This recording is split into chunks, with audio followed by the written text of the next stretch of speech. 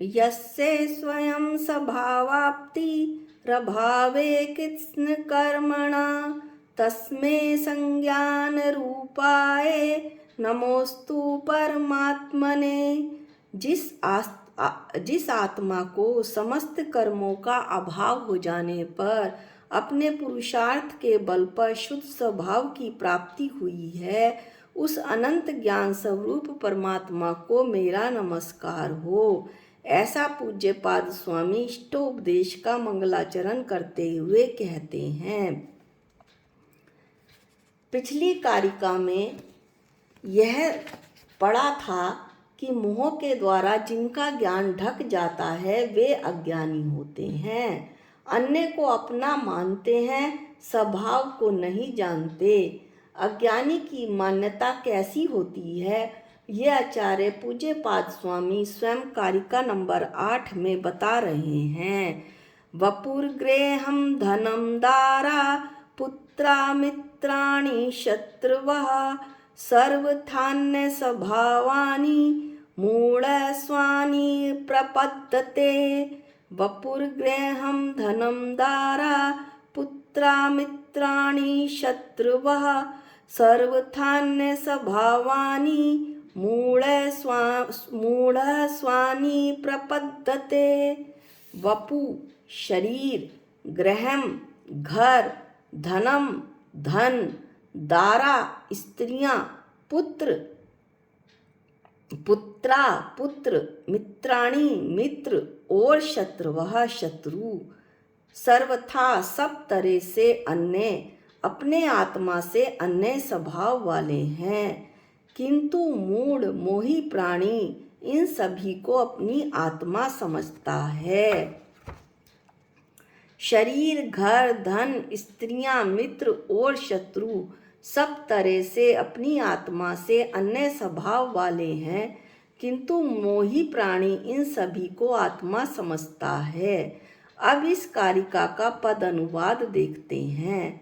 धन तन के तन वतन उपावन, मात पिता सुत सुता अरे, परिजन पुरजन सहचर अनुचर अग्रेचर रिपु तथा रहे। सुन सुन सब में आत्म से अति भिन्न स्वभावी ज्ञात रहे। मूढ़ इन्हें नित निज मानते, भव में भटके भ्रांत रहे।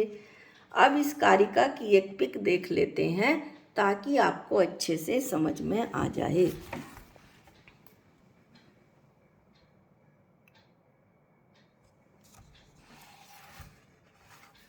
इसके कुछ प्रश्नों का अध्ययन हम करेंगे।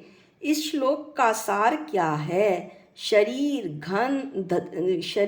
धन, घर, स्त्रियां, पुत्र, मित्र और शत्रु सब तरह से अपने आत्मा से अन्य स्वभाव वाले हैं, किंतु मोही प्राणी इन सभी को अपनी आत्मा समझता है। इसमें यह प्रश्न उठता है कि अपनी वस्तु को अपनी समझने में क्या बुराई है? वस्तु अपनी तो हो, जो वस्तु अपनी नहीं उसे अपना कहें तो अज्ञान ही है। 12 भावना में राजा राणा छत्रपति 12 भावना में कहा भी है, जहाँ देह अपनी नहीं वहाँ ना अपना कोई, घर संपत्ति सब प्रकट में पर है परिजन लोय। जहाँ शरीर ही मेरा नहीं वहाँ मेरा कौन अपना होगा। ये घर संपत्ति तो प्रकट से ही मेरे भी से भिन्न है, और सभी परिजन नाते रिश्तेदार भी पर हैं। जहाँ शरीर ही अपना नहीं वहाँ पर अपना कौन होगा। सबसे ज़्यादा मेरा लगाव या संबंध मेरे अपने शरीर से होता है। मान लो मेरी पत्नी व बच्चे हैं, मैं कहीं चला जाता हूँ, वे घर पर रह जाते हैं, वे मेरे से जुदा हो जाते हैं, तो उनसे मेरा वैसा संबंध नहीं है जैसा शरीर से है। ये शरीर हमें कभी नहीं छोड़ता, जीवन पर्यंत हमारे साथ रहता है।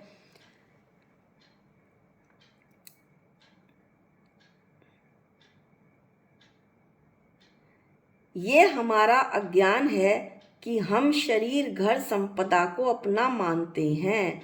इस मनुष्य पर्याय में, मनुष्य भव में ये हमें प्राप्त हुए हैं। बस मेरा इनसे इतना ही संबंध है, अन्यथा मेरा कोई नहीं। मेरा तो बस मेरा एक आत्मा है। ऐसा श्रद्धान मुझे दृढ़ करना चाहिए। मैं चेतन भगवान आत्मा हूँ, मैं विश्व में अन्य कुछ भी नहीं हूँ। अगला प्रश्न उठता है, संबंध कितने प्रकार के होते हैं? संबंध 3 प्रकार के होते हैं, संयोग संबंध, संश्लेष संबंध और तादम्य संबंध। संयोग संबंध मेरे वस्त्रों का और मेरा संयोग संबंध है। मैंने इन्हें पहना, फिर चेंज करके दूसरे पहन लिए। जो पहले वाले वस्त्र थे वो मेरे से अलग हो गए। इस तरह पहले वाले वस्त्रों का और मेरा संयोग संबंध हुआ। संश्लेष संबंध कर्म और आत्मा या शरीर और आत्मा दोनों एक में एक हैं, दूध और पानी की भांति। अग्नि के ऊपर बर्तन में दूध रख दिया, पानी भाप बनकर उड़ गया, बर्तन में केवल दूध रह गया। जो संबंध किन्हीं कारणों से अलग हो जाए पर देखने में एक सा लगे, ऐसे ही मेरा पुद्गल कर्म और आत्मा के साथ, पुद्गल कर्म यानी ये जो शरीर मेरे साथ लगा हुआ है, इस शरीर और आत्मा के साथ एक क्षेत्र अवगाह संबंध है। मेरे मरण के बाद मेरा ये शरीर यहाँ पड़ा रह जाएगा और आत्मा निकलकर दूसरे भव में चली जाएगी, दूसरा शरीर धारण करने चली जाएगी। इसी तरह से दूध और पानी का भी दृष्टांत दिया गया है। तीसरा संबंध होता है, ये संश्लेष संबंध कहलाता है। तीसरा संबंध है तादम्य संबंध। मेरी आत्मा व मेरे ज्ञान दर्शन का संबंध तादम्य संबंध है। गुण और गुणी का संबंध, गुण तो ज्ञान दर्शन और गुणी आत्मा। जहाँ जहाँ आत्मा होगी वहाँ ज्ञान दर्शन होगा, और जहाँ जहाँ ज्ञान दर्शन होगा वहाँ वहाँ मेरी आत्मा होगी। ये कर्म शरीर मेरे नहीं हैं, संश्लेष संबंध मेरा नहीं है। स्त्री पुत्र मुझे संयोग से मिले हैं, संयोग संबंध भी मेरा नहीं है। ज्ञान दर्शन गुण मेरे हैं, इसलिए ये तादम्य संबंध मेरा स्वरूप है। फिर से प्रश्न उठता है कि यदि मकान, पुत्र, पत्नी आदि को अपना ना माने तो लोक व्यवहार कैसे चलेगा? लोक व्यवहार के लिए इन्हें अपना मानने में कोई बुराई नहीं है। जैसे मैं मंदिर से घर जाऊंगा तो अपने ही मकान में तो प्रवेश करूंगा, और किसी के मकान में प्रवेश करूंगा तो मूर्ख कहलाऊंगा, पागल कहलाऊंगा। मैंने ये मकान बनवाया है इसलिए यह मेरा कहा जाता है। बस मेरा मकान से इतना ही संबंध है। ये पुत्र मेरे से हुआ है इसलिए मेरा है, नहीं तो बस इसका मेरा इतना ही संबंध है। वास्तव में मेरा घर, मेरा मकान नहीं, मेरा पुत्र नहीं। सामायिक पाठ की पंक्तियां हैं, मेरो है इक आत्म तामे ममत जुकीनो, और सबे मम भिन्न जाने समता रस भीनो।